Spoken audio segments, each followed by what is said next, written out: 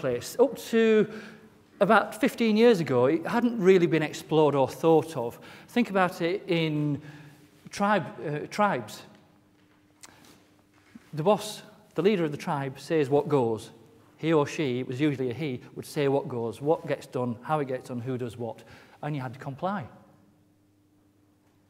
30 to 40 years ago, for bank managers, they got the profile of the bank manager, usually a man, with the shirt and tie who gave commands and controls and got people to undertake a process and do it properly.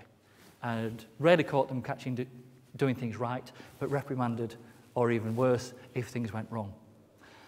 Thankfully, in the last 10 to 15 years, more organisations have been open to exploring how do we balance, how do we identify and attract and support the right people who have already existing technical competence or have demonstrated a willingness to learn and acquire technical competence. How do we get those people to balance getting a job done with enabling others, engaging others and supporting others to actually do it with them? Just like failure, success is rarely achieved alone. It's down to groups, it's down to teams. Because when you partner technical competence with emotional intelligence, the transition can be fantastic. We've got lots of case studies, won't share with you today. But I was with your colleagues in 2004 at RAF Cosford. 2004, they were exploring how to use emotional intelligence in a coaching environment to equip, enable and support people to do an even better job and enjoy the journey. What can sometimes happen, especially during turbulent times or stressful times, is there's so much focus on getting the task completed that enabling people to actually develop that clarity, get that engagement, and understand that they've been collaborated with rather than just managed can go missing. Not intentionally, but the manager is often thinking, I'm being assessed on getting this job done, and it will be done at any cost. Rather than if I collaborate with my team right at the outset, and we get that shared understanding, we get that clarity of what's required, why it's required, and what excellent looks like, we can save headaches and heartaches along the way.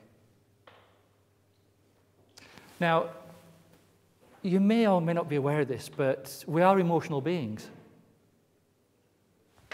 Logic doesn't come into it where people and relationships are concerned.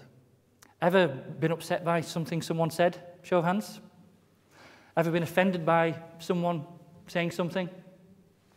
Did you choose to be offended, or did it just happen? It sort of just happens, doesn't it? Emotions creep up on us.